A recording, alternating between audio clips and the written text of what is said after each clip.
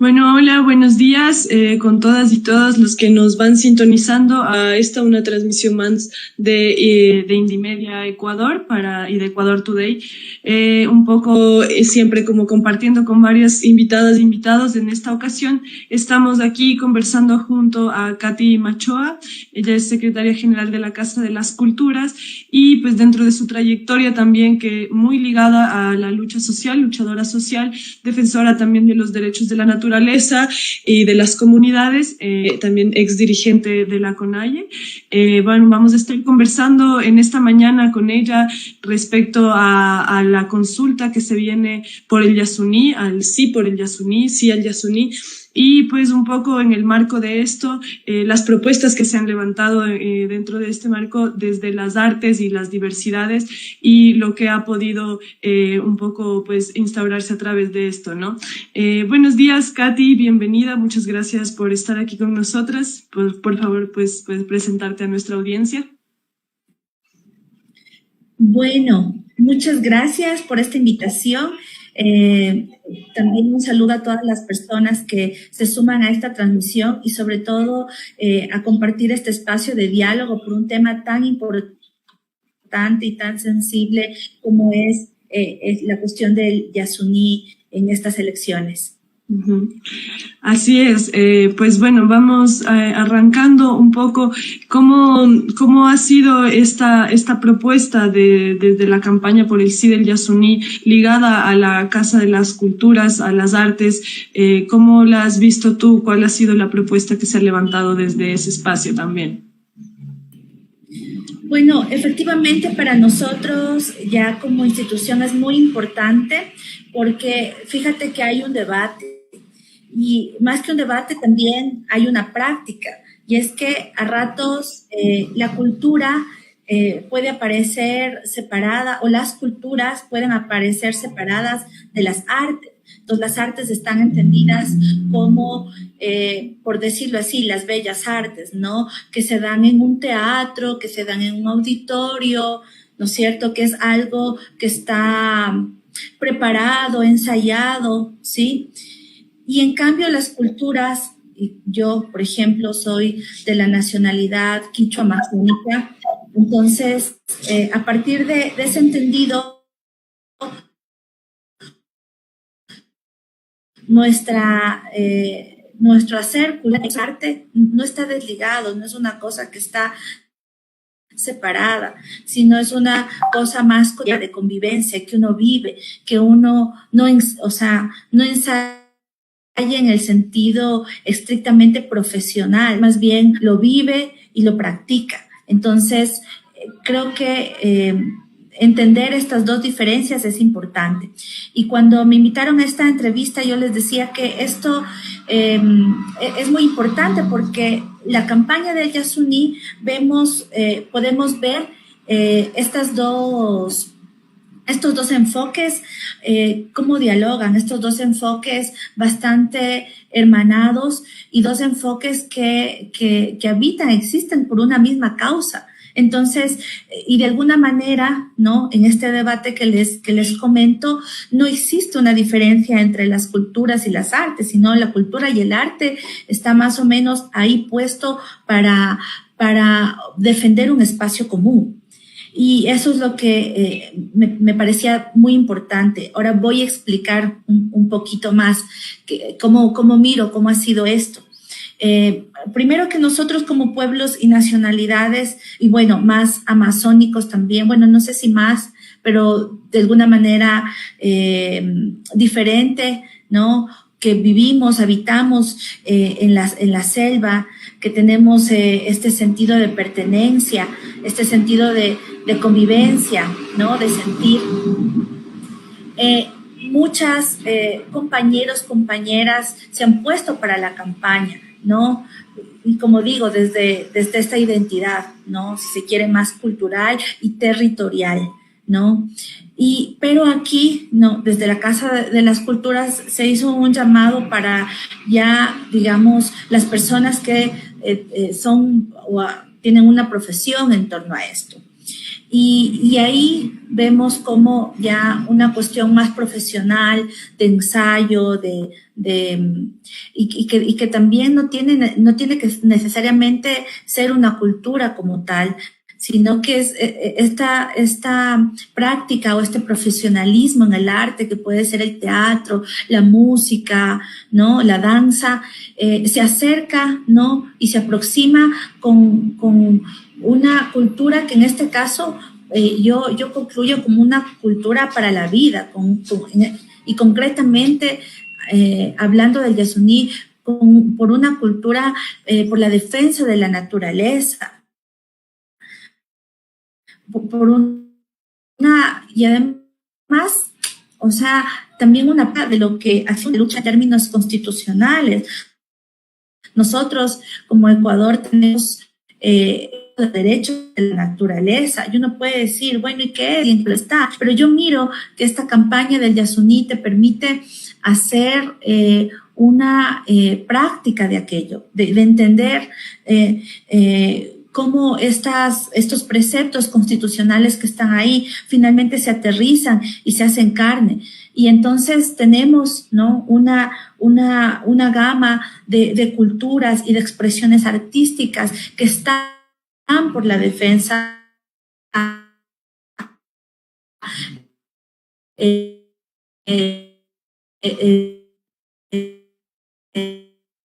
de los derechos de la naturaleza, de perfiles ya más profesionales en cuanto a las artes se juntan. Entonces, para mí, la campaña del Yasuní tiene estas características que están especiales, que yo no podría como identificar, ¿no? en otro tipo de campañas, y que de hecho, ¿no? Ahora también recordando, si miramos lo que fue cuando recién se inició la minería no recién se inició, pero cuando fue un hito bastante fuerte de la minería en el país, con el tema de Nankins, también veíamos, ¿no? Las artes gráficas, ¿no? Muchos profesionales, las líneas, y ahí como las culturas en resistencia, que esta articulación de las artes en este caso en defensa de la naturaleza, en defensa de la naturaleza, porque transmiten, porque visibilizan, sensibilizan, ¿sí? Y eso es lo que yo podría destacar en esta campaña. Sí, así es. Creo que una de las cosas que más ha podido llamar la atención, justamente lo que dices, es como lo colorido, que yo supongo que también es como esta intención de demostrar como o visibilizar la diversidad a través de los colores tan vivos que está como plasmados en un montón de gráficas, de iniciativas de la campaña por el sí, ¿no? He visto como algunos murales que se han pintado por algunas partes de la ciudad de Quito con unos colores bastante llamativos que de alguna manera a uno le transportan a asociar esa vida que está detrás de esa propuesta del sí, ¿no? Como todo lo que viene detrás de eso. Y sí, justamente también me ha recordado un poco a lo de Nankins, porque también creo que ahí es donde se impulsó o donde se articuló mucha gente desde las artes, ¿no? Y desde este compromiso también realmente como tú lo dices, pues profesionalmente también como asentarlo de esa manera desde estas propuestas, saber que también el arte sí o sí está involucrado con las luchas sociales, o que al menos debería estarlo, ¿no? Y creo que con la campaña del Yasuní también podemos palparlo bastante. En este sentido también, pues dentro del marco de las artes y de todo lo que implica impulsar no solo la campaña en sí misma, ¿no? Sino como toda impulsar una lucha por la defensa de la naturaleza. ¿Cuál ha sido el rol de las mujeres? ¿Cuál ha sido la participación dentro de esto y la importancia de su presencia dentro de esta lucha? Bueno, antes de contestarte esta pregunta, quería como dialogar un poco con tu intervención que habla de los colores. Los colores no es una cosa del folclore, ¿no? De decir, o solo de la estética, ¿no? O solo de la belleza visual. No, colores, por ejemplo, desde el punto de vista de las curas, significa una conexión con la naturaleza, ¿ya? Entonces, por ejemplo, en los pueblos amazónicos, Antu, ¿no? Que está compuesto por las plumas de los animales más coloridos de la selva, el papagayo, el tucán, ¿no? Etcétera. Y esta forma es de agradar a los seres, ¿no? Que habitan la naturaleza, de conectarte con algo que es superior, ¿no? A ti no voy a... no estoy generalizando, pero sí hay este factor común, ¿no? Ahora cada nacionalidad tiene tiene sus seres, ¿no? Que habitan la selva con los cuales hay una necesidad de conectarse. Entonces, los colores que utilizamos tienen también este sentido. Y yo creo que eso, esta idea la junto con la que decía antes. Entonces vemos una cultura, también vemos una cosa tal vez más que tampoco está mal, o sea, estética, de que uno vea y sienta bonito, porque claro, o sea, también es eso, también es que sepamos y que nos sintamos bien en los espacios en los que estamos, que por ejemplo ahora que a mí me ha tocado estar más en Quito, yo puedo sentir la diferencia de los niveles de contaminación que hay en la ciudad, por ejemplo, además de lo que ya está más que difundido en torno a los niveles de inseguridad. Y cómo se siente, ¿no? En un lugar, cómo uno se siente en otro, y tener la oportunidad de saber que podemos sentirnos, vernos y ver cosas que estéticamente son bonitas, pero que además nos permiten conectarnos con la naturaleza en nuestra calidad más humana, porque nosotros y nosotras también somos naturaleza. Y eso nos está diciendo esta campaña, o cómo se ha ido articulando y conformando toda esta red de voluntarias a nivel nacional, que estamos ahí desde donde podemos, ¿no? Desde donde tenemos la posibilidad de hacerlo. Sí, y después ya más conectando con tu pregunta sobre la cuestión de las mujeres, yo lo que te podría decir es que o sea, en esta situación como en otras, la expresión o las sensibilidades o lo que podamos decir desde las mujeres siempre va a tener un enfoque que es importante, ¿no? En el sentido en el que hay una percepción y hay una forma de vivir que la decimos de una manera particular. Por ejemplo, ahora mismo estábamos planificando, porque va a haber un lanzamiento de unos murales que se han hecho por esta viernes, a propósito, en la mañana, que ha sido una iniciativa de la CONAIE, y hemos estado articulando con artistas para que también puedan participar de esta inauguración de esta actividad. Y claro, por ejemplo, las mujeres son como las primeras que dijeron, yo canto, yo hago esto, ¿no? Y las ves, son mujeres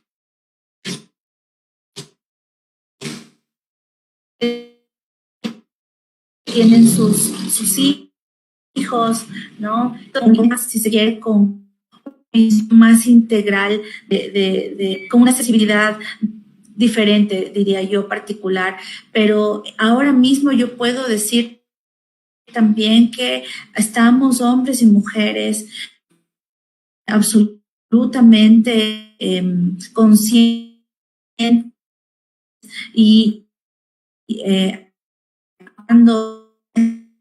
hay sectores de los economistas hablando de mujeres, de la cultura, desde las representaciones. Entonces también pasa esto.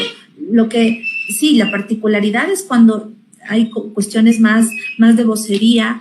Esto cambia, ¿no? Las mujeres tenemos como una menor presencia, pero definitivamente ya como en una visión más horizontal, si se quiere, estamos, hombres y mujeres, puestos en esta campaña.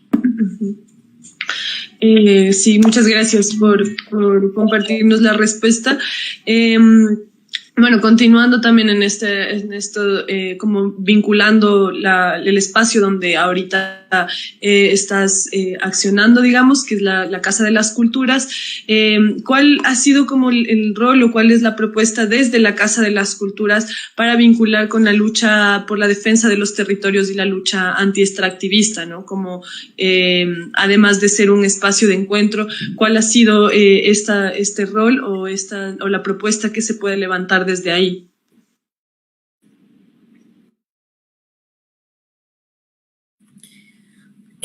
Bueno, igual antes de contestarse esta pregunta, hay algo que se me quedó antes, que la que pasa con lo que se pregunta ahora es la posibilidad, las posibilidades que existen desde el arte y las culturas para poder expresarse.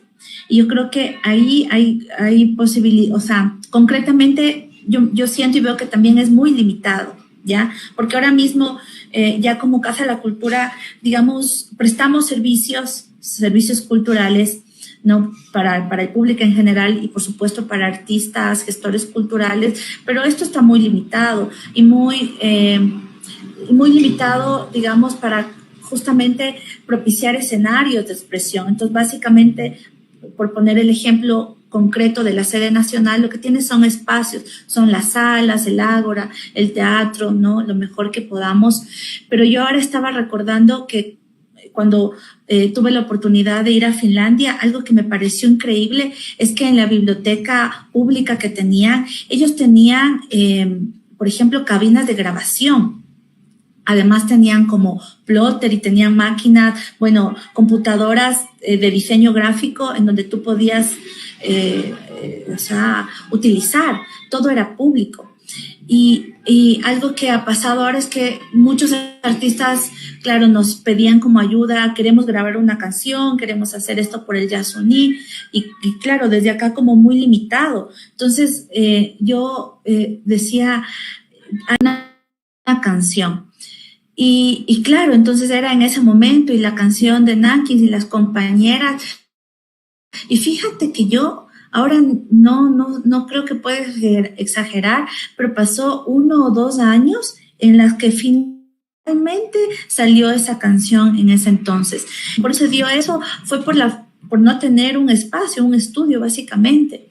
Y ahora nos está pasando lo mismo, o sea, como les comenté antes. Entonces, creo que hay un desafío para nosotros que seguir peleando nosotros como institución, pero en general, ¿no?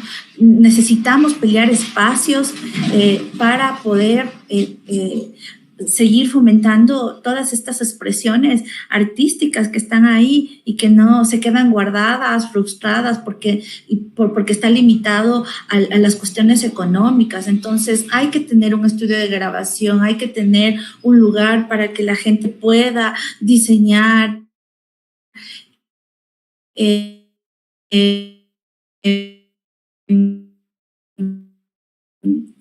que es viable, ¿no? Entonces,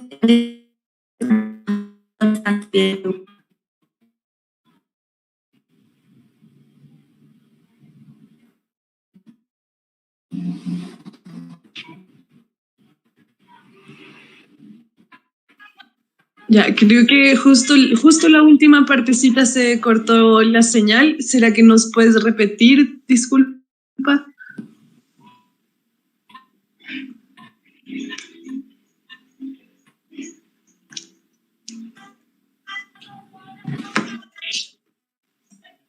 ¿Me escuchaste, Katy?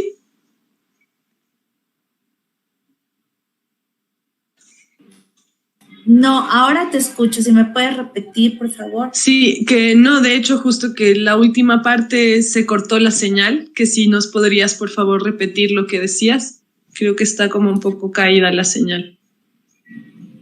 Ya, qué pena. Entonces, ahora apagué mi cámara y lo último que decía es que nosotros necesitamos seguir peleando por por tener acceso a espacios en donde podamos garantizar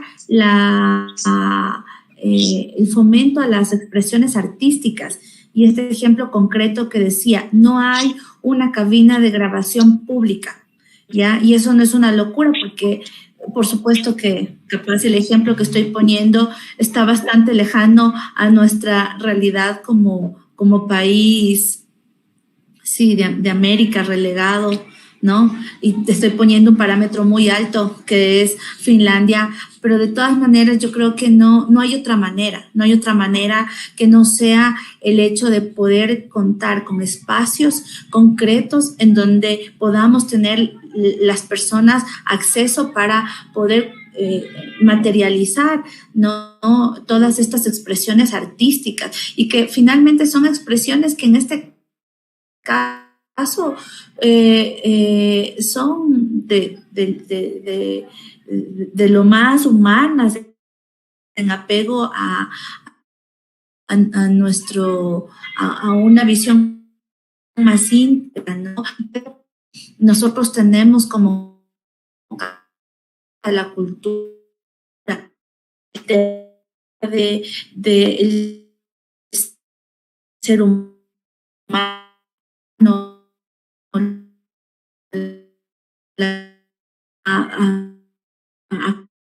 acceso a tecnologías como para diseño, ¿no? Impresiones inclusive.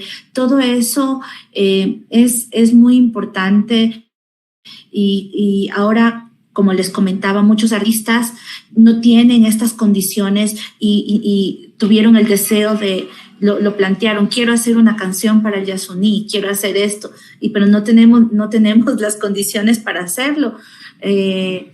Las cabinas, las productoras son privadas, no son personales, han sido de esfuerzo tal vez de un grupo de artistas, pero ya, o sea, no hay algo público y esto tiene que cambiar.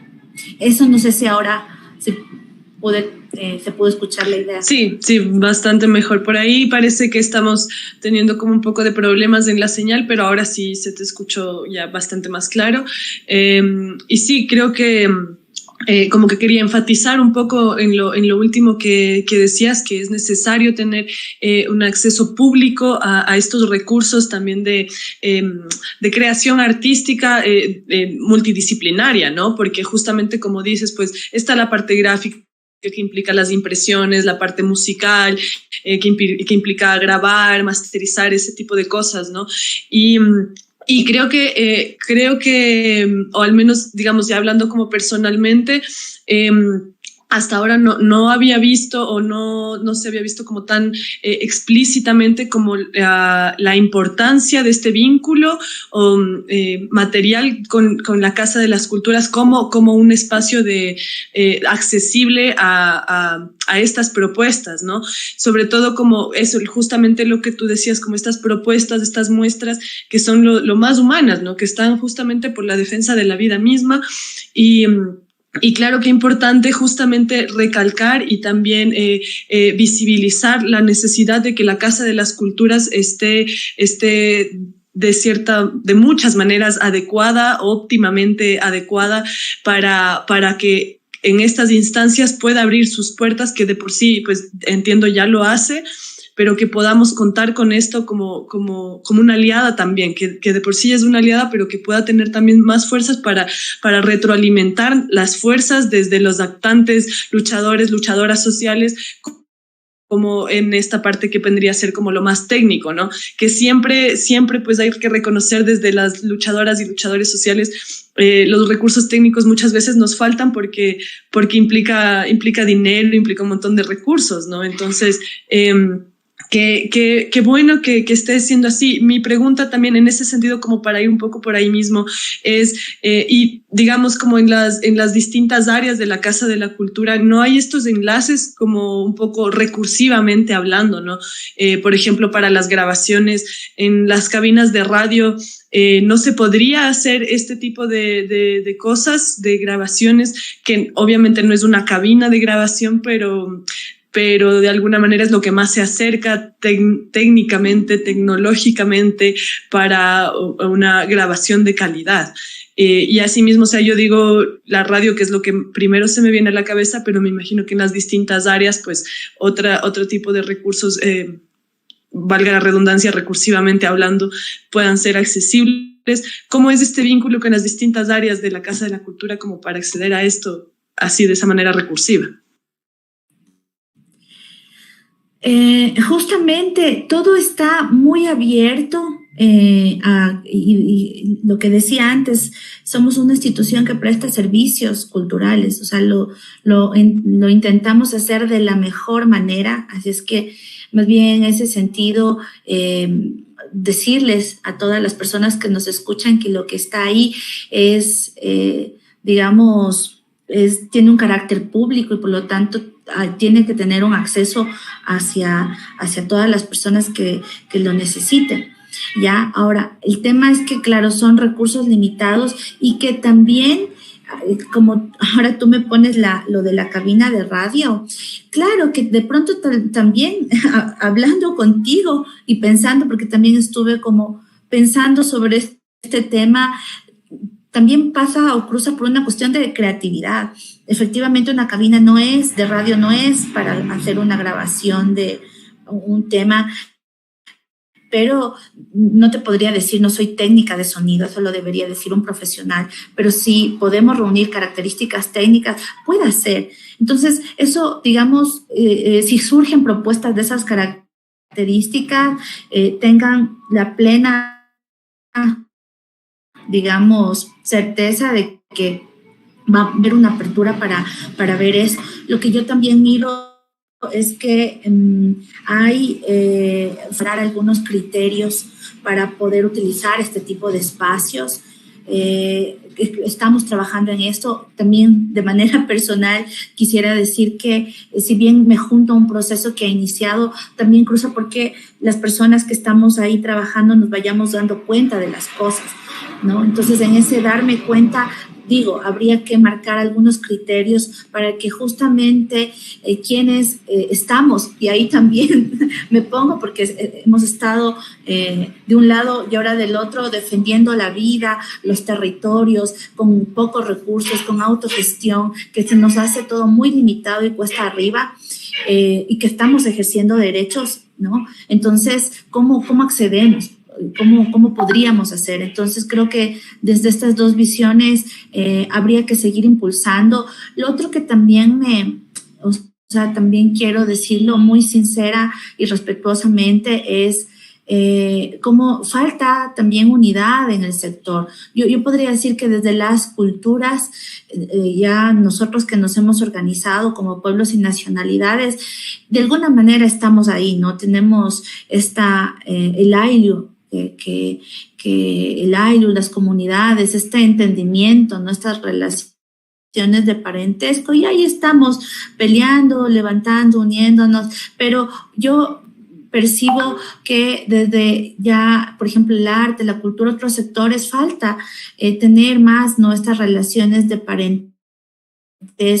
Creo que si bien hay como un trabajo, ¿no? Una intención de unidad, también está marcado, creo, y lo digo con mucho respeto, en las ciudades tal vez por unas lógicas más individuales, y hace falta más unidad. Yo creo que con unidad, que es lo que les puedo compartir también desde mi experiencia, porque una cosa es pelear solito, solita, que es feo, a mí no me da ni ganas, pero si uno está en grupo hasta la energía es otra. Entonces yo creo que si no se pueden juntar, ¿no? Artistas, gestores, podemos mejorar, pelear los servicios para que podamos tener acceso, se puede construir, o sea, yo creo que las posibilidades son múltiples en tanto y en cuanto podamos generar procesos de unidad.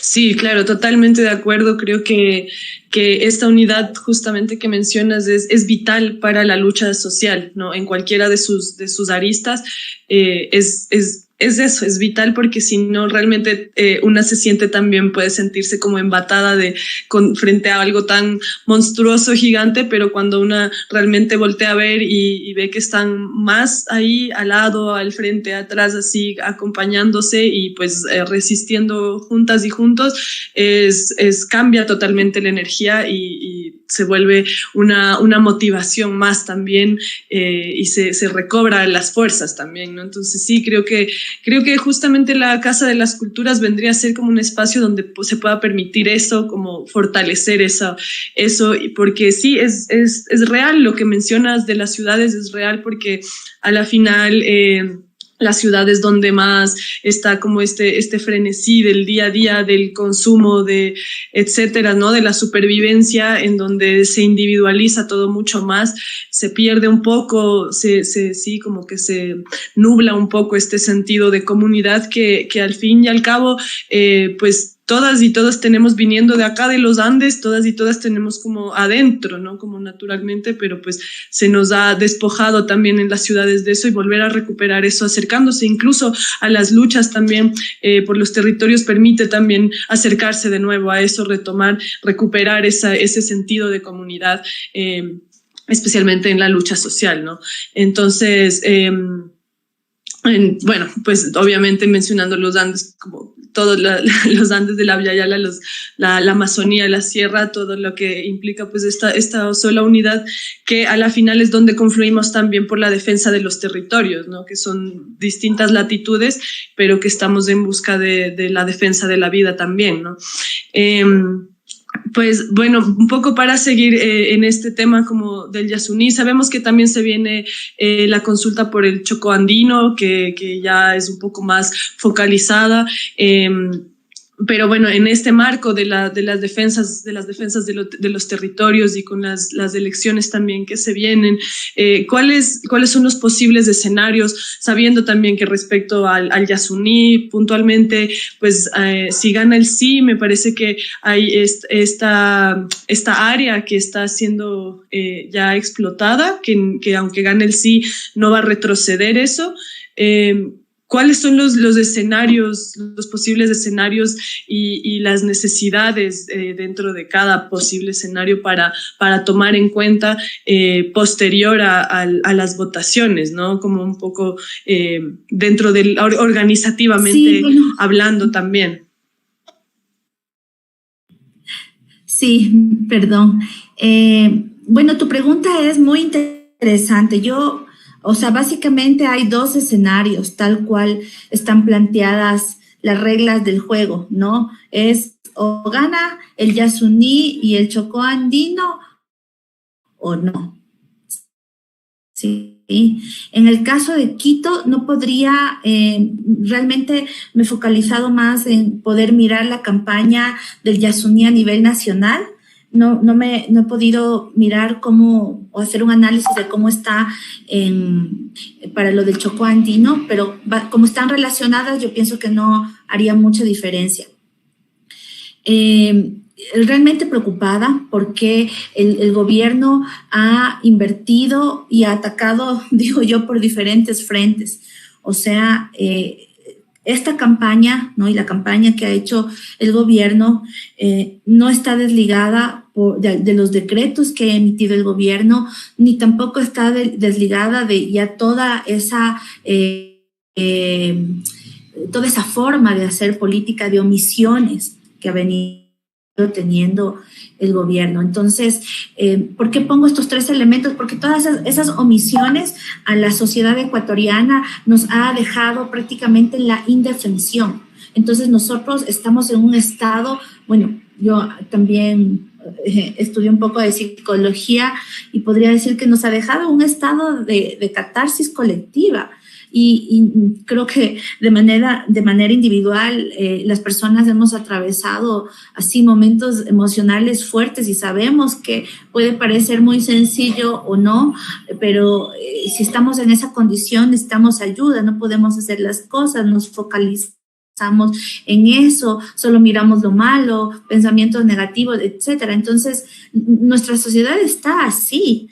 Y a eso, ¿no es cierto?, hay una serie de decretos que van en contra de todo lo que ahora estamos hablando. Ahora tuvimos, bueno, desde ayer tuvimos esta noticia de la derogatoria del decreto 754, que fue en base básicamente a la lucha de las poblaciones de Palo Quemado, Las Naves, ¿no? Chontapunta, ¿no? Y otras comunidades que se pararon frente a esta intención de implementar todas estas consultas ilegales, ilegítimas. Entonces, y por el otro lado, y esta campaña que básicamente ha dicho que el problema se reduce a dinero y que muy pragmática, ¿no? Y que para solucionar este problema hay que extraer estos recursos. Y la gente en su desesperación, en este estado catártico que digo, desinformada, ¿no? Diciéndole esto y poniendo más miedo, ¿no? Siguiendo una línea de atemorización. Entonces, yo veo que hay un nicho casi perfecto para que el no gane, ¿no? O sea, para que diga, bueno, la población dirá, necesito tomarme o agarrarme de algo. Y lo más seguro es, vamos por lo seguro, hay que sacar el dinero. Y decir que sí implica un proceso de reflexión, implica un proceso también de tranquilizarnos y de hablar, de alguna manera bajar esos niveles de ansiedad que podamos tener de manera colectiva, ¿no? Por el desempleo, por tantas cosas que están pasándonos tan fuerte como sociedad. Y es bajar un poquito eso y es reflexionar y decir, a ver, ¿qué me está diciendo, Señor? ¿No? Usted me está diciendo que si exploto aquí, entonces ya voy a mejorar. Bueno, resulta que desde 1972 el Ecuador ya se convirtió en un país exportador del crudo de petróleo. Son más de 50 años y no ha mejorado nuestras condiciones de vida. Y de hecho estamos en la situación en la que estamos, ¿no? Las provincias más pobres son las provincias en donde se ha saqueado el petróleo. Entonces, necesitamos, yo diría, respirar, ¿no? Tranquilizar, bajar nuestros niveles de ansiedad y ponernos a reflexionar de estas cosas. Yo invitaría también a poder leer el análisis que han hecho los economistas que están a favor del Yasumní, en donde están desmintiendo esta idea que han lanzado, ¿no? Que vamos a perder 1.200 millones de dólares anuales si es que no explotamos el petróleo. Y ellos lo dicen con mucha claridad. No es eso. Hay un análisis por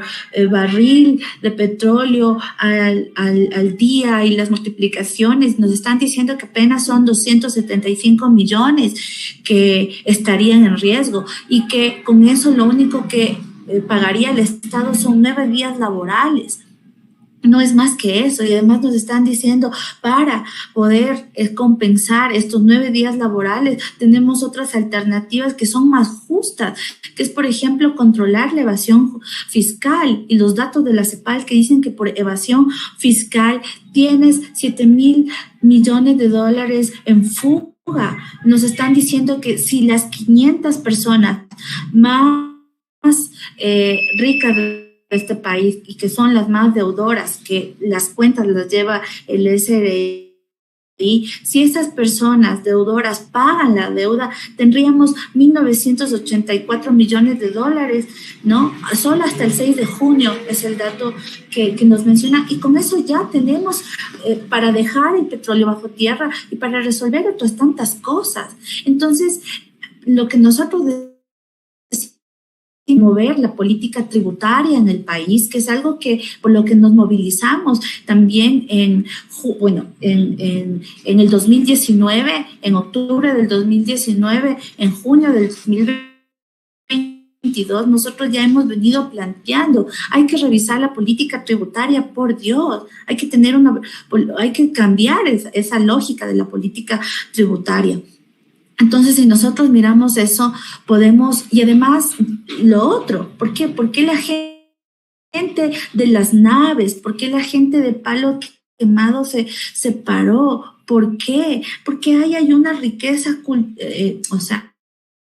sí cultural, pero productiva, la gente vive de eso, de la agricultura. Nosotros, todos son uno de los problemas serios que, por ejemplo, tiene Venezuela, tanto que la critican. Y entonces eso es lo que nosotros necesitamos mirar, o sea, ponernos firmes, sentarnos con serenidad y con firmeza y construir un país diferente, pero no va a ser la del saqueo. Nosotros también decimos basta de saqueos, no solo como pueblos indígenas, sino ya como ciudadanos también ecuatorianos. No queremos más saqueo, queremos vivir bien, y el vivir bien no cruza por la explotación del crudo, y menos en una zona tan sensible, y menos en donde hay personas, hermanos y hermanas que son los únicos que tiene el Ecuador, 2 pueblos no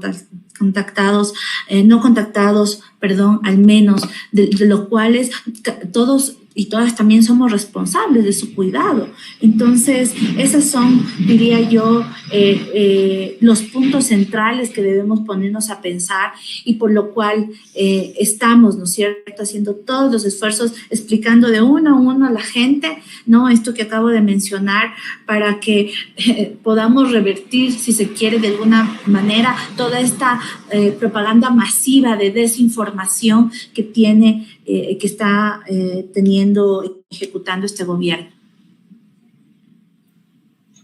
Sí, qué importante todos los datos que mencionas, qué importante visibilizarlos para contrarrestar justo esta campaña monstruosa que se ha levantado, porque claro, es tenaz como en medio de esta coyuntura tan cruda que estamos viviendo, con un montón de, como mencionas, un montón de sucesos muy duros que están asolando al país, a la sociedad. Es como este acorralamiento, ¿no? Como el orillar a que no, estamos terriblemente mal en crisis, necesitamos que nos salga algo de la crisis, será explotar el crudo. Cuando claro, no se ven todas estos otros análisis, y también un poco justo resaltar esto de la memoria, ¿no? Como quitar esta desmemoria que nos quieren imponer, y poder ver justo lo que mencionas, que los territorios donde se ha explotado el crudo es donde ha quedado mucha miseria, mucha pobreza, ¿no? Y al final, a largo plazo, pues la devastación de la tierra nos va a dejar empobrecidos mucho más, sin en realidad ninguna ganancia. Sí, es muy importante visibilizar esto. Es indignante cómo nos venden también esta salvación a través de esta muerte que no representa ni siquiera la mayoría del país, ¿no? Un poco también en ese mismo sentido, como de estos escenarios, respecto a las elecciones también que se vienen junto con la consulta también, ¿cuál sería como la posición frente a los candidatos? O me parece que solo es un candidato, si no me equivoco es Yacu el que está apoyando como la causa del Yasuní. ¿Cuál sería como la posición de esto, sabiendo que la lucha por la defensa del Yasuní y de los territorios en general contra el extractivismo va a continuar independientemente de quién gane, ¿no? Pero ¿cuál sería la posición desde las luchadoras y luchadores sociales en este momento respecto a esto y los candidatos? Bueno, Arlene, ¿verdad? Bueno, me haces una pregunta muy, muy interesante y muy importante, porque, claro, este momento te obliga a pensar por quién voy a votar, ¿verdad? Y aquí yo quiero decir esto, y aquí ya me voy a salir de la Casa de la Cultura y me voy a poner en el lugar como base, como miembro de la CONAIE, como parte de mi comunidad. Yo soy de la comunidad de Chamato, de la provincia del Napo, y nosotros queremos decirles y transmitirles con absoluto respeto y absoluta responsabilidad que estamos levantando un proceso, ¿no? Estamos levantando y sosteniendo un proceso, estamos debatiendo, estamos discutiendo, porque miramos que hay muchas cosas que han estado desviadas en el camino. Y ya me voy a ir explicando por qué. Pero en esta idea, sí, nosotros no vemos, o sea, no queremos ver a las elecciones como, a estas elecciones al menos como una cuestión determinante, como el principio o el fin de algo, sino más bien como parte de lo que estamos haciendo y lo que estamos trabajando ahora. Y en ese sentido queremos decirles que, claro, todo este proceso de movilización social que la hemos hecho conjuntamente con diferentes sectores sociales, que hemos estado de manera horizontal, ¿no?, luchando por nuestros derechos, pero claro, cada quien desde donde tiene, desde donde puede, desde donde es también. Y creo que todo eso ha podido acumular ¿cómo decirlo? Ha podido acumular una confianza, ha podido acumular una referencialidad, y por eso me decía yo que voy a hablar con mucha respeto y responsabilidad, porque ha habido este acumulado en torno al movimiento indígena, ¿no?, de confianza, de creer, y uno no puede en ese sentido hacer las cosas a la ligera. Y por eso, ¿no es cierto?, para nosotros es un momento bien difícil porque no hemos logrado cuajar en una representación que no sea individual, ¿no?, sino que realmente provenga de todo este proceso, que pueda entender todo este proceso de lucha, que pueda entender la organización, que pueda entender lo que te mencionaba hace un momento, el AILU, que pueda entender el AILU, por qué es importante, que pueda entender que, mira, yo aquí te quiero decir, y yo me he peleado con mi mamá, con mi papá, creo que todos, más si somos adolescentes, pero al final, por ejemplo, mi padre me decía, pero yo soy tu padre y siempre voy a ser tu padre y voy a estar aquí. Y ese nivel de parentesco es una cosa tan fuerte, ¿no? Y es lo que nosotros tenemos, ¿no? Entonces la comunidad va a estar ahí está tu familia, ahí está tu territorio, ahí está. A veces te va mal o te va bien, pero ahí estamos, ¿no? Y ahí tenemos que irnos recomponiendo, reconfigurándonos. Y esto, por ejemplo, ya que mencionaste a este personaje Pérez, ¿no?, Yacu Pérez, es algo que no entendió, ¿no? Porque no entendió, no fue parte. Yo ahí creo que podríamos sacar varias conclusiones, pero fíjate que si nosotros tenemos un sentimiento tan fuerte de arraigo como el que te acabo de mencionar, resulta que el señor simplemente ya no le pareció algo y se fue, ¿no? Y hizo su propio movimiento político. Entonces, nosotros creemos que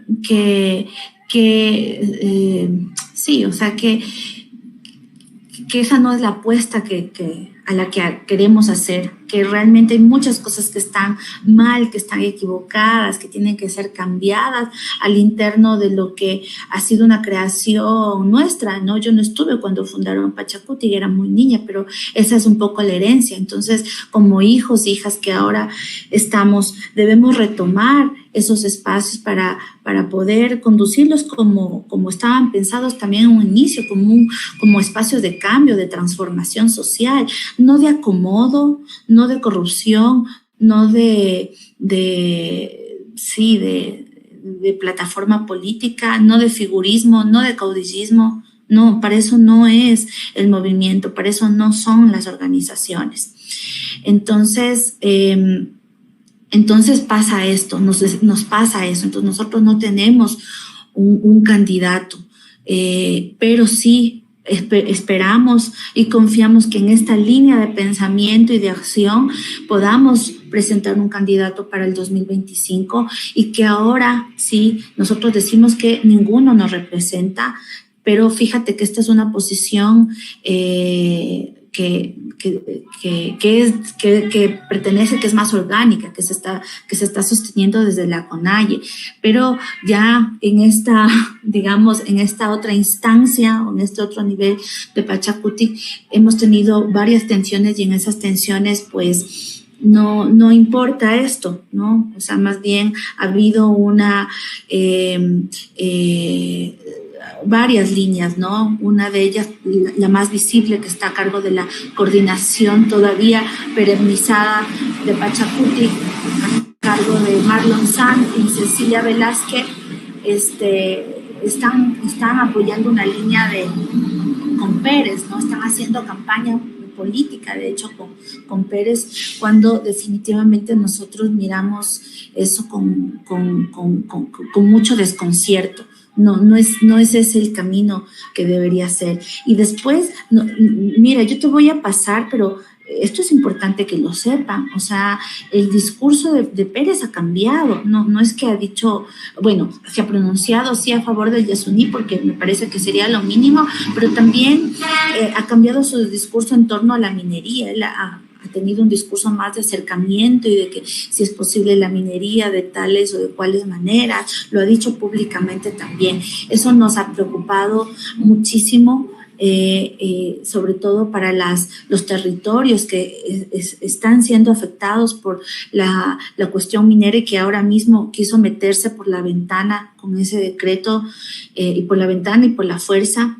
Entonces, ahí creo que hablar, ¿no es cierto?, de esto es una cuestión particular, que hacer este análisis no es lo mismo que hacer un análisis con respecto a los otros candidatos y la candidata que hay, porque hay una relación que parece que no se diferencia, ¿no?, entre el candidato Pérez y nosotros. Y yo quiero decir que sí tenemos diferencias, y diferencias muy marcadas, y sí vemos con preocupación, y nos vemos a nosotros mismos con preocupación por todo esto que está pasando, pero esperamos y trabajamos para que puedan, ¿no es cierto?, visibilizarse las cosas con más claridad. Y respecto al resto de candidatos, pues me parece y nos parece, también coincidimos con algunos compañeros, compañeras, una carrera política, sí, como muy parecida a la de Lasso, no por el poder, no por tener el poder, pero no, digamos, una apuesta para topar algunos temas sensibles del qué hacer. Todavía nos parece lejano. Claro que queda abierto en esta coyuntura, con firmeza sí, en lo del Yasuní y lo del Chocó Andino, con mucha firmeza, y también con un compromiso a poder seguir construyendo una propuesta sólida, real, ¿no es cierto?, para una próxima coyuntura electoral, es lo que te podría decir. Muchas gracias, Katy, por esclarecer el panorama también. Creo que en este momento tan crucial que estamos viviendo como país, es importante conocer estas perspectivas, estos diálogos, un poco acercarse a estas discusiones que se ha tenido también en los territorios. También un poco por enfatizar o resaltar la importancia de la autoorganización dentro de los pueblos, de los territorios, tanto territorios de la Amazonía, de los Andes, de la Sierra, como los territorios urbanos también, ¿no?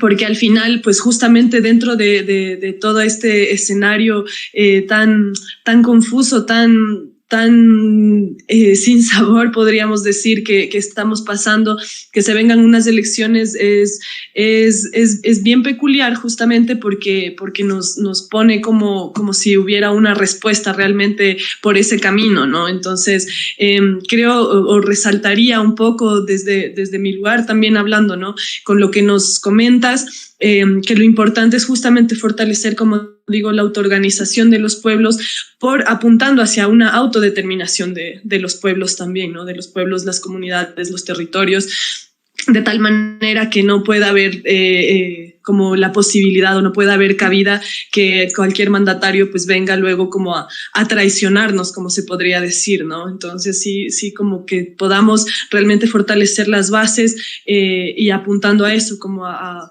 una autonomía territorial también, ¿no? porque al final los intereses propios de los territorios solo los sabe quien los tiene realmente, quien los habita, que es justamente como la crítica que se está haciendo ahora a este candidato Yacu Pérez, ¿no? Entonces, qué bueno que se esté dialogando así. Yo pues eso como un poco llamando a esto, haciendo un llamamiento también a la audiencia que nos está escuchando, pues a fortalecer esta autoorganización también por la autonomía de nuestros pueblos, ¿no? Bueno, con eso pues vamos a ir un poco cerrando. Ha sido muy enriquecedor este momento contigo, Katy. Muchas gracias por tu tiempo.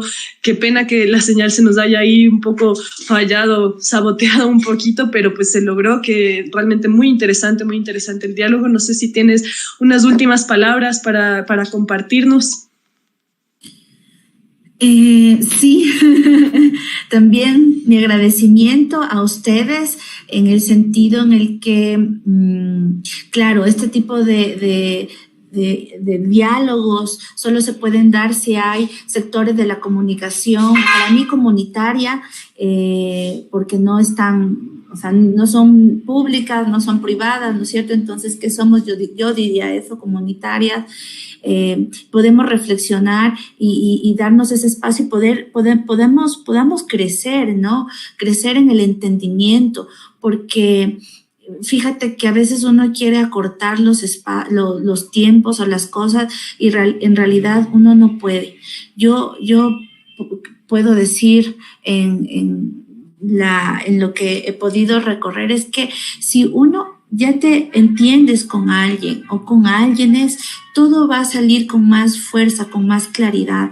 Y estos espacios nos permiten eso, entendernos, escucharnos. También nos hace falta mucho eso. También es un momento de mucha tecnología, ¿no? De mucha información, muchas redes sociales. Yo creo que hay que ir discerniendo eso, porque necesitamos ubicarnos realmente en el momento histórico en el que estamos. Yo creo que hay que mirar la historia de nuestro país y mirar lo que hemos caminado hasta ahora, y lo que hemos caminado no es menor. Yo estaba hablando con algunos personas ya de edad, ¿no? Y ellos decían, óchale, en mi tiempo no pasó esto, hubiera pasado esto. Entonces, bueno, aquí estamos los que estamos y si nos entendemos más, yo creo que realmente podemos alcanzar mejores condiciones de vida para todos y todas, cambiar esta historia de este país y de esta Avyayala, ¿no? De tanta inequidad, de tanta desigualdad en la que vivimos. No podemos seguir naturalizando eso y encima así sacrificando lo que hemos venido conservando, ¿no? En este caso, como estas reservas naturales que no son solo naturales, sino son lo que nos queda también como humanidad en nuestro sentido más profundo como tal. Así es que decir sí al Yasuní, sí a la vida, sí al Chocó andino, no a la minería en nuestro país, agradecer mucho la lucha de los pueblos que se levantaron, y hoy tenemos esta baja del decreto 754, y decir que ahí seguiremos siempre firmes en pie de lucha desde donde nos toque. Un abrazo grande, muchas gracias. Muchas gracias, Katy, así es. Nos vemos en una próxima. Gracias a las que nos sintonizaron. Como siempre, arriba las que luchan.